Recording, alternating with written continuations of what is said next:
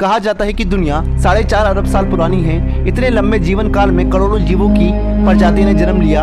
इसमें कई सारी प्रजातियां आज भी जीवित हैं, लेकिन इसमें कई सारी प्रजातियां ऐसी भी हैं जो प्रकृति की वजह से और हम इंसानों की वजह से विलुप्त हो चुकी हैं। तो आज हम इसी के बारे में बात करने वाले हैं। अगर आप कहीं से भी नए हैं तो हमारे चैनल को सब्सक्राइब जरूर करें। Fact number 1, unicorn. हॉलीवुड की फिल्मों में भी इससे कई बार सफेद घोड़े के रूप में दिखाया गया है। कई बार तो खूबसूरत पंखों के साथ आसमान में उड़ते हुए भी दिखाया जाता है।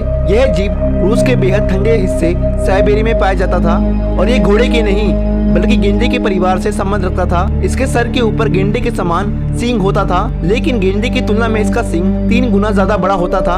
यह जीव 25,000 साल पहले ही विलुप्त हो चुके थे, इसलिए आज भी बर्फ में इसकी हड्डियां और सेल्स अच्छी हालत में मौजूद हैं।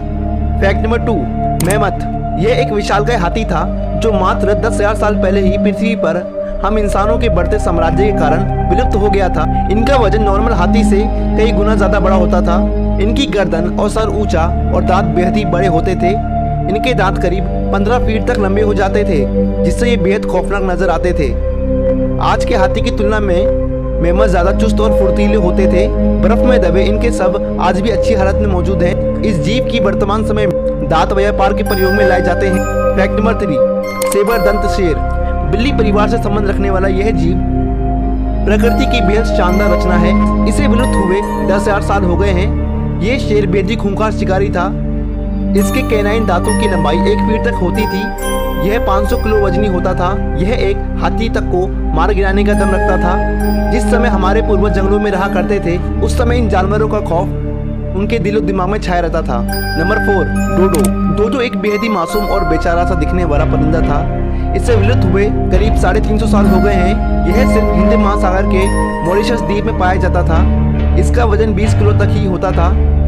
इसकी टांगे और पंख बेहद ही छोटे होते थे, जिसके कारण यह उड़ नहीं पाते थे और न ही ठीक से चल पाते थे। डोडो शब्द की उत्पत्ति पुर्तगाली शब्द डोड से हुई थी, जिसका अर्थ मूर्ख या बावला होता है। तब से पहले डच लोग मॉरिशस पहुंचे तो उन लोगों ने बड़े पैमाने पर खाने के लिए इन पक्षी का शिकार करना शुरू कर दिया, जिसके कारण जल्द ही यह जीव विलुप्त हो गए। नंबर 5, पैरासेराथेरियम। असल में वो गेंडे की ही एक प्रजाति थी जो विलुप्त हो चुकी थी। इनकी चमड़ी भी गेंडे की तरह मोटी और बेहद ही सख्त हुआ करती थी, जिस पर बंदूक की गोली का भी कोई असर ना पड़े। आपको जानकर हैरानी होगी कि इतना विशालकाय होने के बावजूद यह जानवर शाकाहारी होते थे। पैरासेराथेरियम की ऊंचाई करीब 26 से 40 फुट तक होती थी। पैरासेराथेरियम के जीवाश्म सबसे पहले 1846 ईस्वी में पाकिस्तान के बलूचिस्तान में खोजा गया था। इस जानवर के धरती से विलुप्त होने के लेकर माना जाता है कि लगभग 1 करोड़ साल पहले पश्चिम एशिया और पश्चिमी यूरोप के क्षेत्रों में जीवित थे, लेकिन बाद में जलवायु परिवर्तन और कम प्रजनन दर की वजह से ये धरती से विलुप्त हो गए।